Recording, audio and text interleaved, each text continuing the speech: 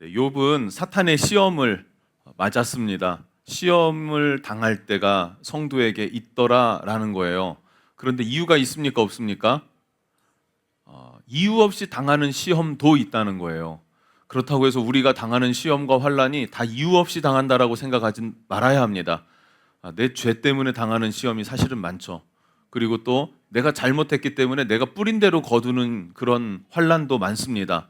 다윗도 그러지 않았나요? 밧세바 취한 사건 때문에 그 집안 가운데 재앙이 내려서 자기 아들이 아들을 죽이고 또 그 아들이 쿠데타를 일으켜서 자기를 죽이려고 하는 그런 고통스러운 일들이 계속됐습니다. 그 시작이 뭡니까? 다윗이 범죄하였기 때문에 그래요. 간음하였기 때문에 그렇습니다. 마찬가지로 우리도 잘못하면 벌을 받고 뿌린 악을 악으로 거두는 날도 있어요. 그게 순리입니다. 그런데 인생이 어떻게 딱 그렇게만 떨어지진 않는다라는 거죠. 때로는 내가 잘못하지 않은 이유 없는 일로도 고난을 받을 수 있더라라는 것을 성경은 말해주고 있고, 욥이 바로 그런 상황 가운데 있었다라고 성경은 말하고 있죠. 재산을 하루에 다 잃었어요. 재산 잃어서 죽는 사람들도 있지 않습니까? 거기에다가 10명의 자녀를 하루아침에 잃어버렸어요. 이거 정신이 온전히 붙어 있는 게 신기할 정도죠. 그렇지 않습니까? 자녀를 잃은 그 부모의 마음은 그 누가 헤아리겠어요. 세월호 사건이 지난 지가 오래되었는데 그 부모들은 여전히 그 아이들을 가슴에 묻고 아파하고 하는 모습들을 우리가 접하지 않습니까? 그 고통을 누가 헤아릴 수 있겠냐라는 거죠. 10명의 자녀를 하루아침에 잃은 아버지의 마음이 어떨까 하는 거죠. 차라리 내가 죽었으면 하는 그 원망이 뼈에 사무쳤을 것 같습니다. 그걸로 끝나는 게 아니라 그 이후에 건강을 잃기 시작했어요. 발바닥에서 머리까지 정수리까지 종기가 나기 시작하더라라는 거예요. 그러더니 이 상황이 되니까 그의 아내도 오죽하겠습니까?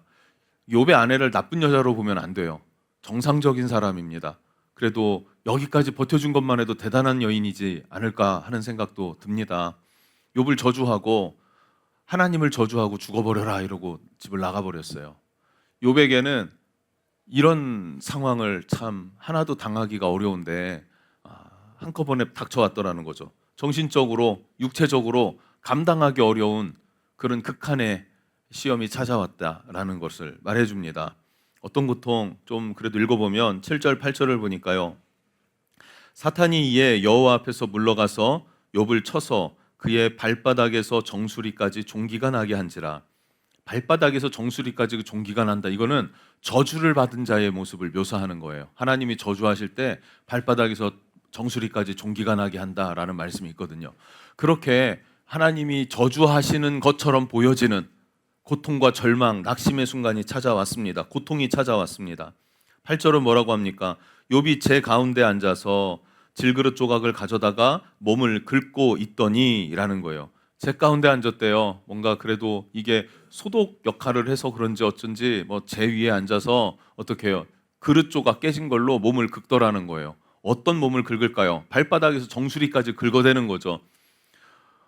이유는 모르겠는데 한시적으로 이 뼛속까지 간지러운 걸 한번 느껴본 적이 있어요. 그 피부가 제가 좀 안 좋은 편이라 간지러움 이런 게 좀 많이 있거든요. 비염 비슷하게 온몸에 막 이런 게 있어요. 근데 언젠가 막 간지러서 긁는데 이 살갗은 이게 까지는데 뼈가 간지러운 느낌? 이걸 어떻게 긁어야 되나? 긁어지지도 않는 때가 잠깐 있었던 기억이 있습니다. 그때 딱 생각났던 게 욥이었는데 이걸 어떻게 견뎌내느냐라는 거죠.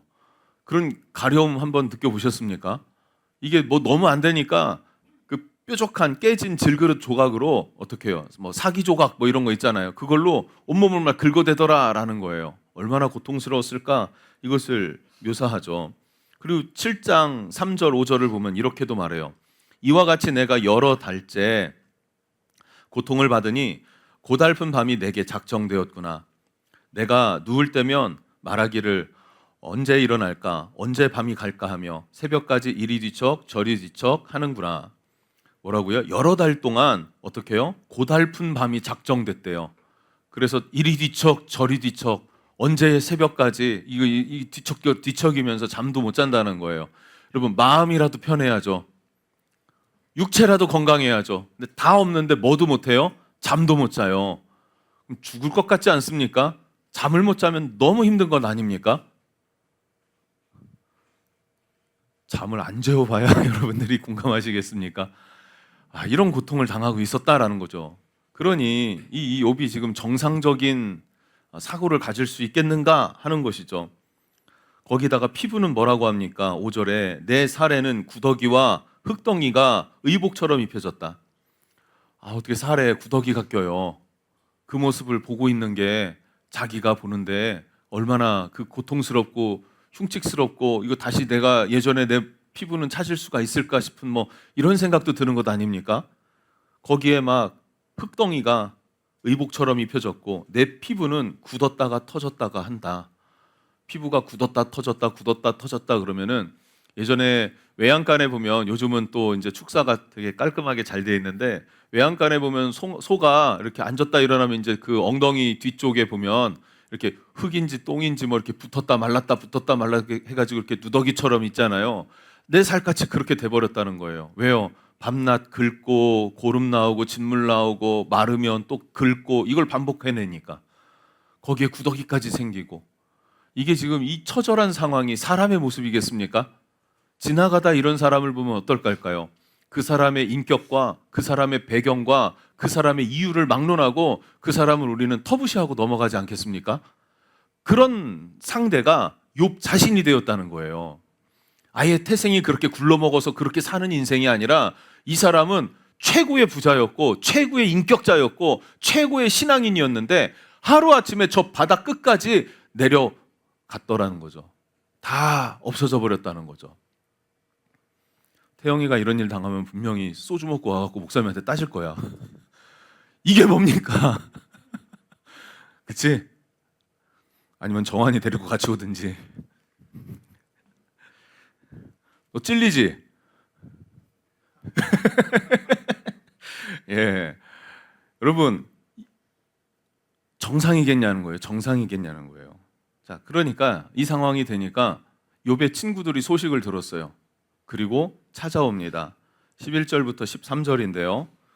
제가 11절, 12절을 읽을게요. 여러분 13절을 읽어주세요. 자, 그때의 욥의 친구 세 사람이 이 모든 재앙이 그에게 내렸다 함을 듣고 각각 자기 지역으로부터 이르렀으니 곧 대만 사람 엘리바스와 수바 사람 빌닷과 나아마 사람 소발이라. 그들이 욥을 위문하고 위로하려 하여 서로 약속하고 오더니 눈을 들어 멀리 보매 그가 욥인 줄을 알게 어렵게 되었으므로 그들이 일제히 소리질러 울며 각각 자기의 겉옷을 찢고 하늘을 향하여 티끌을 날려 자기 머리에 뿌리고 밤낮 7일 동안 그와 함께 땅에 앉았으나 욥의 고통이 심함을 보므로 그에게 한마디도 말하는 자가 없었더라. 아멘. 이런 고통의 순간이 되니까 욥에게는요 위로해 줄 수 있는 세 명의 친구가 있었던 거죠. 엘리바스, 빌닷, 소발. 이 사람들이 각각 멀리 이렇게 떨어져 있었던 사람들이에요. 각각 지역에 있었던 사람들입니다. 근데 소문을 듣고 약속하여 모여서 욥을 찾아왔다라고 말해요. 12절에 뭐라고 합니까? 12절을 보면 눈을 들어 멀리 보매 그가 욥인 줄을 알기 어렵게 되었으므로, 그 겉모습을 보니까 이게 욥의 뉘앙스가 없는 거예요. 욥의 형상과 모습이 안 보이는 거예요. 그러니까 어떻게 해요? 일제히 소리질러 울면서 각각 자기의 겉옷을 찢고 하늘을 향하여 티끌을 날려 자기 머리 위에 뿌리고, 옷을 찢고 울면서 재를 머리 위에 뿌렸대요. 이게 무엇을 의미하는 걸까요? 무엇을 말하는 걸까요? 욥의 그 상태에 자신이 함께 들어가 주는 거예요. 함께 들어가 주는 거예요. 그리고 그 자리에 옆에 있어 주는 것을 말합니다. 이 세 친구가 정장을 쫙 빼입고 와가지고 그냥 근엄하고 인자한 목소리로 욥 힘내게 이렇게 말하는 게 아니라, 자기의 옷을 똑같이 찢어버리고 제 위에 앉아서 그 옆에서 함께 앉아주고 손잡아주고 그런다는 말이죠. 좋은 친구입니까? 나쁜 친구입니까? 좋은 친구죠. 그리고 13절 밤낮 7일 동안 그들과 함께 땅에 앉았으나, 땅바닥에 앉아 있대요. 이 사람들 땅바닥에 앉을 만한 위인들 아니거든요. 그런데 함께 바닥에 같이 앉아서 욥의 고통의 심함을 보니까 감히 욥에게 뭐라고 말하기가 어려운 거예요. 한마디도 말하지 않고 7일 밤낮을 옆에 같이 앉아주더라라는 거예요. 자, 이런다고 해서 욥의 통증이 감해질까요? 아니죠. 이런다고 해서 욥의 시험이 끝나나요? 짧아지나요? 아니에요. 그런데 같이 있어 주니까 새 힘이 생기는 거 아닙니까? 같이 있으면은 뭔가 나도 모르는 또 다른 이겨낼 수 있는 격려가 되는 거 아니냐는 거죠. 다들 이제 남자들 군대 갔다 와봤을 텐데 막 행군 같은 거 하면 혼자 가라면 갈 수 있습니까? 아니 이렇게 청년으로 지내다가 군대를 갔더니 뭐 몇 킬로를 가래요. 그거 갈 수 있냐 이거예요. 안 가죠. 누가 가요? 못 가죠. 어떻게 가요? 힘든데. 그런데 부대가 함께 이동을 하니까 어떻게 돼요? 가지는 거죠. 그냥 가지는 거예요. 그냥 서로 격려도 하고 뭐 이렇게도 하고 저렇게도 하고 하면서 가니까 가지는 거예요. 요즘에 수영을 하잖아요. 수영을 강습을 받는 거랑 자유수영 하는 거랑 차이가 뭔지 아세요? 자유수영을 하면요 힘들면 쉬었다가 해요. 강습을 받으면 어떻게 해요? 선생님이 자 도세요 그러면은 그냥 도는 거예요. 가끔은 선생님이 일어나서 앉아가지고 일어나지도 않는 적도 있어요. 그럼 일어나지도 않고 자 도세요 이래요. 그러면 이제 뭐 한 6바퀴 몸 풀어요. 이렇게 6바퀴 그럼 300m예요. 300m 갔다 왔어요. 자 그러놓고 뭐 저병 그러면 이제 저병 하는 거예요. 자유형 그럼 자유형 하는 거예요. 뭐 그다음에 뭐 해 그럼 뭐 하는 거예요. 쭉쭉 돌아요. 힘들어요. 그러면은 괜찮아요. 할 수 있어요. 하면서 계속 시키는 거예요. 그러니까 뭐 오리발 끼고 금요일은 2km를 헤엄쳐서 다니게 되더라고요. 오리발 안 끼면은 뭐 보통 1,500, 1,600은 가게 되더라고요. 혼자 하면 그만큼 할까요? 못 할까요? 안 하죠. 절반 정도는 할까? 같이 하니까 뭔가 힘이 나는 어떤 것들이 있던 것들을 느껴요. 기도도 마찬가지입니다, 여러분. 혼자 기도할 때랑 함께 불붙어서 기도할 때는 달라요. 나는 기도 끝났는데 쟤는 아직 기도가 안 끝났어. 가기도 뭐하고 끝날 때까지 나도 같이 해야지.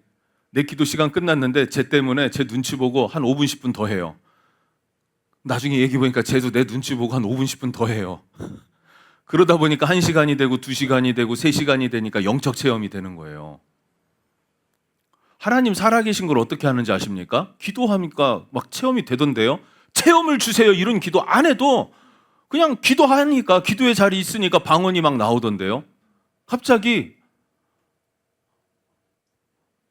기도를 해야 되겠다라는 감동이 있어서 기도를 하니까 환상이 보여지던데요. 음성이 들리던데요. 체험이 되던데요. 그래서 하나님 있는지 없는지 모르겠어요 하면 속상해요. 지금 기도해봐요. 작정하고 3시간씩 한 달만 해보세요. 어떤 변화가 있는지를. 근데 쉽게 3시간은 못 하잖아요. 할 수 있어? 하루 3시간? 뭘 생각해 못 할 것 같은데 할 수 있을 것 같아? 한 번 말고 한 달? 할 수 있어? 너 계속 나 봤다가 앞에 봤다 왔다 갔다 하는데 한 달 동안 간다. 마음 먹으면 마음 먹기가 쉽냐는 거죠. 근데 영적인 건요 마음 먹는다고 잘 되진 않아요. 그런데 공동체가 있으면 되더라는 거죠.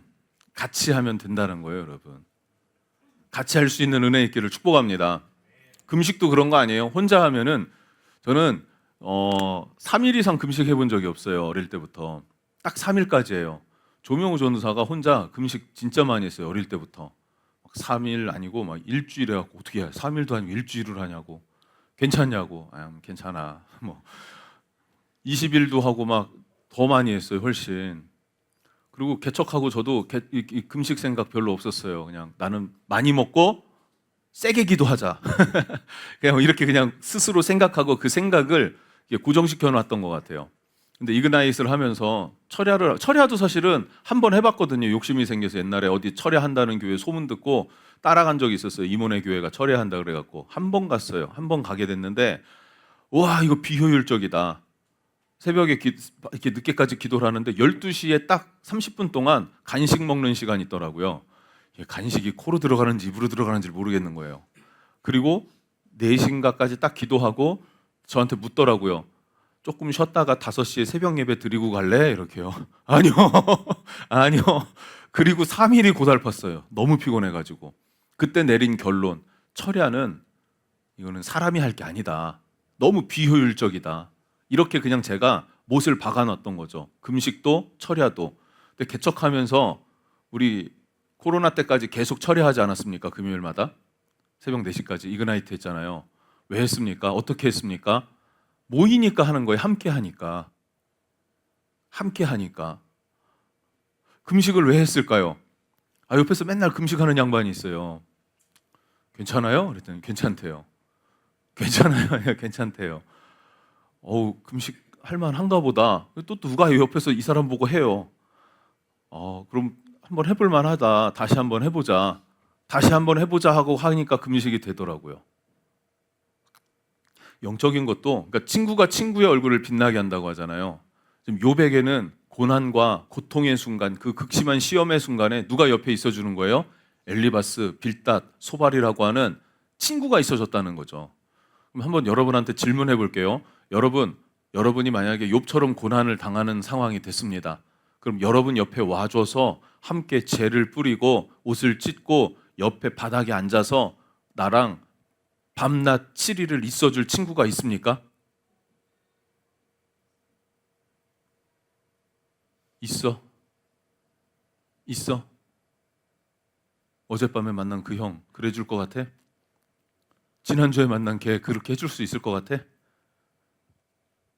그 전주에 만난 걔는 쉽지가 않죠. 그러면 우리 이렇게 생각해야 됩니다. 나랑 고난을 나눠줄 수 있고 위로해줄 수 있는 친구가 있나?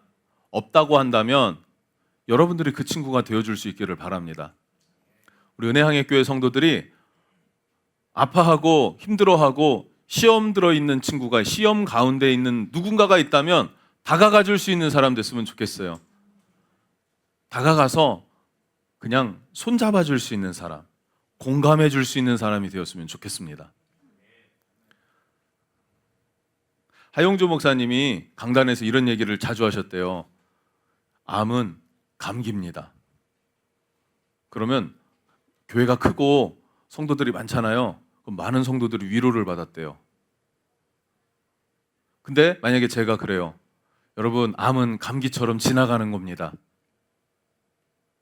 그러면 만약에 암 환자가 제 이야기를 들었다면 그 사람은 어떡할까요? 저한테 화를 내겠죠. 시험 들 수도 있어요.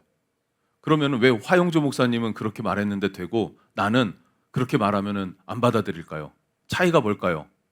그건 뭐냐면 하 목사님은 영성이 있어서, 이게 아니라 영성 있으시지만 그 문제 때문이 아니라 이분이 암 수술을 7, 8번 하신 분이에요. 그분이 암은 감기입니다 이러니까 성도들이 암에 걸렸거나 비슷한 질병에 있거나 얼마나 두렵고 무서운 병이에요. 죽을 수도 있다라고 하는 어떤 생각을 하지 않습니까? 어떤 아는 분은 암 초기인데도 불구하고 수술을 그냥 간단한 건 아니겠지만 수술하면은 거의 이거는 100% 완치될 가능성이 높다. 이런 이야기를 들었는데도 불구하고 암이라는 거 하나 때문에 덜컥 이게 뭐랄까요? 많은 인생에 대해서 생각을 하게 됐다는 거예요. 무서웠다는 거고 돌아보게 됐다는 거예요. 많은 사람들이 그런 가운데 있을 때 그것을 7, 8번이나 수술하면서 견뎌냈던 그분이 암은 감기예요. 그냥 지나가는 거예요. 그러니까 내 병도 지나갈 수 있겠구나. 감기같이 지나갈 수 있겠구나. 위로가 되는 건데 저처럼 암 없을 거예요 아마. 걸려보지도 않은 사람이 암은 감기입니다 이러면은요 아주 천박해지는 거죠. 제가 왜 그렇습니까? 공감할 수 없는 사람이 공감하는 척을 하니까. 충분히 공감할 수 있는 사람이 공감의 말을 던질 때는 위로가 되죠. 그러니까 우리도 누군가를 위로할 때에 할 수 있는 말이 있고 하지 말아야 될 말들도 있겠죠. 그걸 분별해서 옆에 있어줄 줄 아는 사람, 공감해 줄 수 있는 친구, 그 친구가 여러분 될 수 있기를 축복합니다. 여러분들은 성도들이잖아요. 성도들이고 성도는 교회를 공감할 수 있어야 돼요. 기본적으로 교회를 공감할 수 있어야 돼요. 우리 교회를 향한 공감. 우리 교회는 어떤 것들이 어렵고 우리 어떤 것들을 잘하고 있고 앞으로 우리는 어디로 나아갈 거고 이것을 공감하는 마음이 있어야 되지 않겠습니까? 그래야 교회를 향해서 기도도 할 수 있고 교회를 향해서 헌신도 할 수 있고 또 헌신도 기도도 어려워도 최소한 이해할 수도 있는 거죠. 왜 우리 교회는 가정의 달인데 왜 가정에 대해서 좀 설교 좀 해주지? 이런 마음을 가질 수도 있는데, 그렇죠? 그럼 공감이 되면요, 최소한 이해는 해줄 수 있잖아요. 서운한 마음은 안 들 거잖아요. 불평은 안 들을 거잖아요. 공감은요, 사람을 향하여서도 또 교회를 향하여서도 한번 여러분들 회사도 한번 공감해 보세요. 사장님도 한번 공감해 보세요. 맨날 사장님 나빠요 하지 마시고 사장님도 한번 공감해 보세요. 너 말고 그냥 본 거고 공감해 보세요. 그러면 그 입장을 느낄 수 있게 될 겁니다. 그런데 여러분, 사람은요 아무리 우정이 진해도 십자가의 뿌리를 내린 우정이 아니라면 한계는 분명히 있습니다. 사람의 우정, 필로스라고 하잖아요. 필레오라고 하잖아요. 필레오 사랑에는요 한계가 있어요. 아가페 사랑이 아니면 그 사랑에는 한계가 있단 말이죠. 시간이 지나면서 욥이 한탄의 말을 합니다. 고통과 절망 속에 있으니 한탄의 말이 안 나오겠습니까? 절망의 말이 안 나오겠습니까? 막 욥이 절망하고 한탄하는, 원망하는 말들을 내뱉기 시작해요. 내가 태어나지 않았더라면, 내가 태어나는 날 하늘의 별은 반짝였겠지, 원망스럽다. 내가 태어나는 날 저 별은, 달은 반짝였겠지, 원망스럽다. 내가 태어난 날도 바람은 불었겠지, 원망스럽다. 그냥 자연 만물이 다 원망스러운 거예요. 나는 아파갖고 씨름하고 있는데, 고통 속에 있는데 아무도 나를 쳐다봐주고 나에게 그 구원의 손길을 내려주지 않는데 세상은 나 없이도 잘 돌아가는 것 같으니까 원망스러운 거예요. 한탄하는 거예요. 그러니까 그런 한탄의 말을 막 쏟아냈더니 시간이 한참 지났는데 이 세 명의 좋은 친구들이 엘리바스, 빌닷, 소발 이 순서대로 욥을 향해서 정죄하기 시작해요. 엘리바스가 먼저 얘기합니다. 네가 그렇게 불평하고 원망하니까 너에게 그렇게 고난이 찾아오는 거야. 회개하고 감사해라. 빌닷은 더 천박한 말을 해요. 네가 죄를 회개 안 하니까 네 10명의 자녀들이 하루아침에 죽은 거야. 아니, 가족을 건드리면 어떡합니까? 그것도 가슴에 묻은 10 자녀의 그 죽음을 건드리면서 나를 정죄하니 이 천박한 말이 세상에 어디 있어요? 기력이라도 있으면 진짜 그냥 묻어버리고 싶지 않겠습니까? 또 좀 이런 분위기가 되니까 그랬는지 소발이, 이 사람은 또 논리도 없고 뭐도 없어요. 엘리바스, 빌닷은 그래도 하나님은 정의로우시다, 하나님은 공의로우시다, 그래서 악인들은 심판하시고 의인들에게는 은혜를 베푸신다. 근데 너에게 은혜를 베푸시지 않는 걸 보면 너는 죄를 지은 거니까 회개해라. 논리는 맞잖아요. 말이 맞습니까? 틀립니까? 말이 맞아요. 근데 이 소발은 이 논리도 없어요. 그냥 자기 느끼는 걸로 소통이 안 돼요. 그냥 회개해. 막 윽박 지르는 거예요. 너 죄 때문에 그래 이러면서 짓누르는 거예요. 억압하는 거예요. 너무 답답한 상황이 돼버리는 거죠. 좋은 친구들이었는데 그렇게 시간이 지나면서 뒤바뀌니까 욥의 마음은 서운해지기 시작하는 것입니다. 이 친구들은 어때요? 욥을 위로하러 왔는데 위로하는 거예요. 그리고 욥의 해답을 찾아주고 싶은 거예요. 이 문제를 빨리 끝내주고 싶은 거예요. 그래서 뭐를 하는 거예요? 옆에서 조언하는 거예요. 그런데 그 조언이 다 맞냐 이거예요. 조언이 맞냐 이거예요. 안 맞다는 거예요. 상황이 안 맞다는 거예요. 개척을 해보니까 그래요.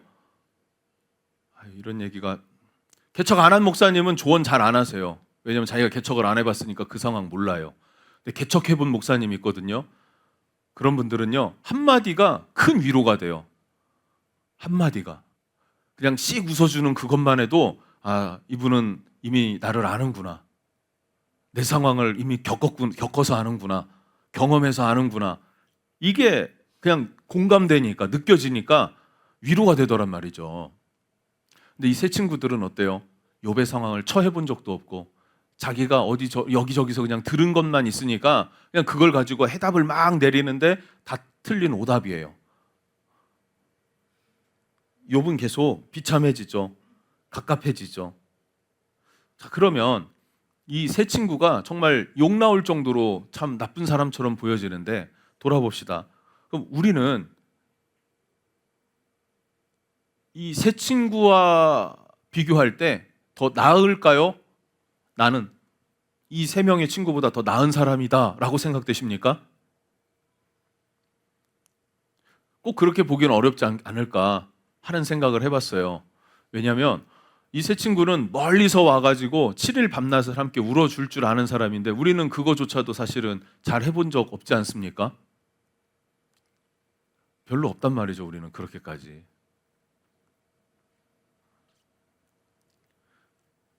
그러면 우리도 이 세 사람처럼 한순간에 어느 시간이 지나면 천박해질 수 있다는 거예요. 내 스스로 정죄하고 판단하고 이게 정답인 양, 나는 의로운 양 그렇게 구를 수 있다는 말입니다. 나도 운전하지 못하고 욥의 친구들도 운전하지 못해요. 그럼 결론적으로 우리는 누구에게 위로를 얻어야 됩니까? 우리를 위로할 수 있는 사람이 있습니까? 있을까? 부모님도 사실은 내 마음에 꼭 들진 않지. 아빠한테 이른다. 부모님도 내 마음에 꼭 들진 않아요. 친구들도 내 마음에 꼭 들진 않아요. 젊었을 땐 친구가 세상의 전부인 줄 알잖아요. 그런데 결국에 요즘 그 뭐 50대 읽는 노자 뭐 이런 거 보면요. 친구 다 소용없다는 얘기예요, 결국엔. 예, 이런 친구는 이래서 저렇고 저런 친구는 저래서 친구 의미 없다는 거예요. 일부 맞는 말도 있겠죠. 그럼 누구에게 위로를 얻고 싶습니까, 여러분? 누구에게 위로를 얻을 거야? 누구에게 위로를 얻을 거야? 아내에게? 그랬으면 좋겠는데 꼭 그렇지만은 않을 거야. 태영아, 누구에게 위로를 얻을 거야? 예수님께? 정답. 우리를 위로해 줄 수 있는 분은 유일하게 예수님 한 분입니다. 히브리서 말씀 볼게요. 4장 15절인데요. 크게 읽어봅시다. 시작. 우리에게 있는 대제사장은 우리의 연약함을 동정하지 못하시리가 아니요 모든 일에 우리와 똑같이 시험을 받으시니로되 죄는 없으시니라. 아멘. 우리에게 있는 대제사장이 있는데 그분은 우리의 연약함을 동정하지 못하시는 분이 아니래요. 우리가 어떤 시험을 당하고 어떤 죄악 가운데 있어서 수치심 속에 내가 저 밑바닥을 쳤어요. 바닥 가운데 떨어졌어요. 그래서 누구도 나를 이 마음을 이 상황을 욥의 마음과 욥의 상황을 이해할 수 없고 공감해 줄 수 없는데 유일하게 공감해 줄 수 있는 동정해 줄 수 있는 한 분이 있는데 그분이 누구라고요? 대제사장이신 예수 그리스도라는 거예요. 왜냐하면 모든 일에 우리와 똑같이 시험을 받으셨기 때문에 똑같이 시험을 받으셨기에 그런데 뭐라고요? 죄는 없으시니라. 죄는 없는데 우리와 똑같은 시험을 받았다는 거예요. 우리와 똑같다는 것은 욥과 똑같은 시험, 의열이와 똑같은 시험, 태형이와 똑같은 시험, 정환이와 똑같은 시험을 누가 당하셨다고요? 예수님이 받으셨고 그리고 아신다는 거예요. 그런데 그분은 죄가 없이 시험을 받으셨으니 얼마나 억울하겠어요. 예수님의 십자가는 고통의 극치고 그리고 예수님의 십자가는 억울함의 극치고 예수님의 십자가는 사랑의 극치예요. 그렇지 않습니까? 욥처럼 극단적인 고난 가운데 있어도 예수님의 십자가와 견주면 누가 더 고통스러울까요? 십자가가 고통스러울까요? 욥이 고통스러울까요? 뭘 것 같아요? 그럼 예수님은 욥을 동정하실 수 있는 유일한 분이 되시죠. 우리 가운데 욥처럼 고난 받아보셨습니까? 솔직히? 아니죠. 그러니까 우리 마음을 공감하고 동정할 수 있는 유일한 분이 누구시라고 해요? 예수님이라는 거예요. 십자가는 하나님의 사랑의 극치입니다, 여러분. 아들을 내어주신 아버지의 사랑. 아들을 어떻게 내어줍니까? 아버지의 명령에 순종한 예수님의 사랑. 그 예수 그리스도를 증언하고 보증하시는 성령님의 사랑. 그것이 십자가 안에 담겨져 있다는 거예요. 우린 그 십자가를 바라볼 때, 예수를 믿는다고 할 때 예수님의 십자가에 못 박히신 그 모습이, 그 형상이 누구의 매달림이라는 거예요? 나의 매달림이었다. 내 죄의 매달림이었다라는 거예요. 그것을 바라볼 때 우리는 뭐를 얻어요? 동정을 얻을 수 있어요. 공감해 주시는 주님으로 위로를 받을 수가 있는 거예요. 여러분에게 주님은 어떤 분이십니까? 공감해 주시고 위로해 주시는 분 되어지시기를 주님 이름으로 축복합니다. 욥의 시험 여러분 당해 보셨습니까? 비슷하게나마. 똑같이 당할 일은 없어요. 왜냐하면 우리는 욥이 아니기 때문에. 그런데 다 자기의 문제가 큰 거잖아요. 자기 고통이 가장 어려운 거잖아요. 사람은 다 그런 거잖아요. 우리도 욥과 같은 시험이 있습니까? 없습니까? 고통이 있습니까? 없습니까? 있어요. 욥과 같이 고통 당할 거고, 욥이 가장 근데 고통스러워하고 괴로워하는 게 뭔지 아세요? 왜 이 고통이 왔는지를 모르는 게 답답하고 힘든 거예요. 고통이 힘든 게 아니라 고통의 이유를 모르니까 더 힘든 거예요. 답답한 거예요.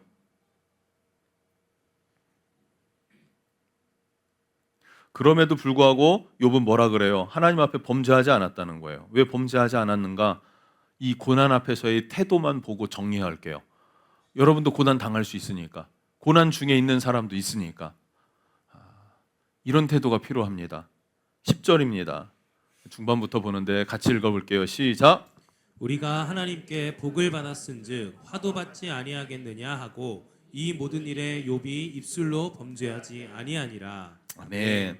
하나님이 뭐를 받았다고요? 하나님께 복을 받았으니 화도 받는 것이 당연하다는 거예요. 자기가 태어날 때 어떻게 태어났어요? 적신으로 왔으니 아무것도 가지고 나온 게 없다는 거예요. 그런데 하나님이 주셔갖고 거부가 됐고, 하나님이 주셔서 화목한 가정도 이뤘었고, 하나님이 주셔서 평강을 누렸다. 지금까지 그렇게 살아왔으니 감사하고, 나는 제로에서 왔으니까 다시 그걸 걷어가셔도 나는 다시 제로가 됐으니 마이너스예요, 아니에요? 손해입니까? 아닙니까? 손해가 아니라는 거예요. 그러니까 제로 베이스의 신앙이죠.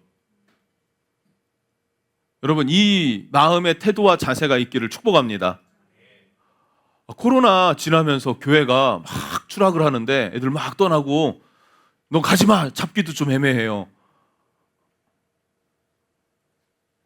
어떻게 해야 되지? 계속 해야 되나? 결국에 어디까지 가게 되냐면, 그래 주님, 하지 말라면 하지 말지. 교회는 주님이 세우는 거니까. 나도 너무 피곤한 거야 이제. 그래, 피곤하면 하지 말지 뭐. 한 2, 3년 쉬었다가 다시 하라면 그때 해도 되지. 그래도 교회는 누가 세우는 거예요? 교회는 누가 세우는 거예요? 하나님이 세우는 거, 주님이 세우는 거예요. 어떻게 생각하십니까? 주님이 세우는 거예요. 순종할 뿐이에요. 하라니까 하는 거고, 있으라니까 있는 거고, 가라면 가야죠. 좀 너 안 돼 봐라 그럼 뭐 안 되는 걸 받아들여야죠 뭐. 그럼 잘 망해야지. 기쁘게 망해야지. 망하는 게 하나님의 뜻이면. 그 망하는 것에도 뭐가 있어요? 하나님이 부여하신 의미가 있고 배워야 할 게 있으니까 망하게 하신 것 아니겠어요? 자, 저는 그렇게 생각하고 받아들여요. 마음이 편안해졌고 거기서 정리된 게 있어요. 우리 교회는 다시 부르신 부르심이 있구나. 하나님 다시 세우시겠구나. 나를 다른 데로 가라 하지 않고 또 나를 너 목회 잠깐 쉬어라 이렇게 안 하시겠구나 라는 마음에 확신이 들기 시작했어요. 자, 여러분들은 어떻습니까? 여러분 사업은 무조건 잘 돼야 됩니까? 여러분이 하는 일들은 다 잘 돼야만 합니까? 여러분은 무조건 건강해야지만 합니까? 하나님이 우리는 복 주시는 걸 너무 당연하게 여겨요. 그런데 하나님이 뭔가 우리 삶에 어려운 일들이 생겼다, 억울한 일들이 생겼다라고 하면은 그거는 너무 반발이 큰 거 아니에요? 한번 우리 스스로를 돌아보자는 말이죠. 축복하시는 하나님은 너무나 당연한데 작은 환난에도 우리는 막 못마땅해 하고 이게 뭐냐고 막 치를 떨고 엄살 부리는 거 아니냐 이거죠. 욥의 자세는 어떤 자세였다고요? 제로 베이스였다고요. 여러분 뭘 갖고 시작했습니까? 그게 여러분이 이룬 것입니까? 하나님의 복이었습니까? 하나님의 복 아니에요? 모든 것이 은혜였소 찬양하잖아요. 모든 것이 은혜였어요. 그래서 여기까지 왔어요. 그럼 걷어가시는 이도 하나님이시니 당연하다. 찬송 받으십시오. 기쁘게 망해버리는 거예요. 그게 욥의 고난을 대하는 태도와 자세였다는 것이죠. 저는 여러분들이 이 욥의 태도와 자세가 있기를 축복합니다.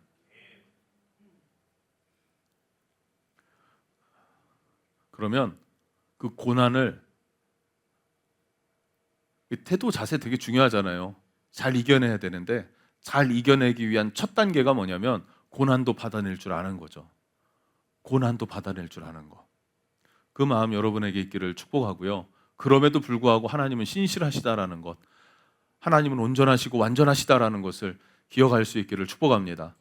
우리는 욥기의 결론을 아시잖아요. 욥이 어떻게 결론을 맺습니까? 하나님의 축복으로, 하나님의 은혜와 은총으로. 할렐루야. 근데 그 과정은 어때요? 승승장구입니까? 아니죠. 지극히 절망적인 어떤 극단적인 절망 가운데 떨어져 버렸다는 거예요. 그럼에도 불구하고 하나님을 원망하지 않았기 때문에 다시 일어설 수 있었다 하는 사실을 여러분 기억할 수 있기를 축복합니다. 정리해 보겠습니다.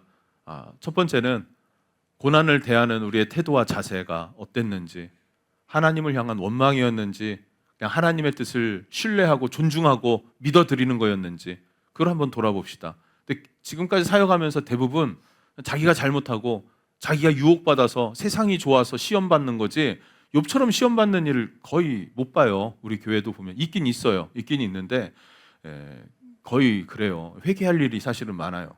그리고 고난이 닥쳐올 때 엘리바스 빌닷 소발과 같은 친구 없다고도 볼 수 있겠지만 내가 그 사람이 되어야 한다고 생각할 필요가 있을 것 같습니다. 공감해 줄 수 있고 함께 할 수 있는 여러분이 먼저 되어주시고 또 무엇보다 교회를 향한 공감과 이해가 있기를 주님의 이름으로 축복합니다. 예배팀 나와서 우리 함께 찬양하십시다. 결국에 하나님은 욥에게 사탄의 시험을 허락하셨지만 욥을 축복하시는 게 하나님의 뜻이고 계획이고 섭리였습니다.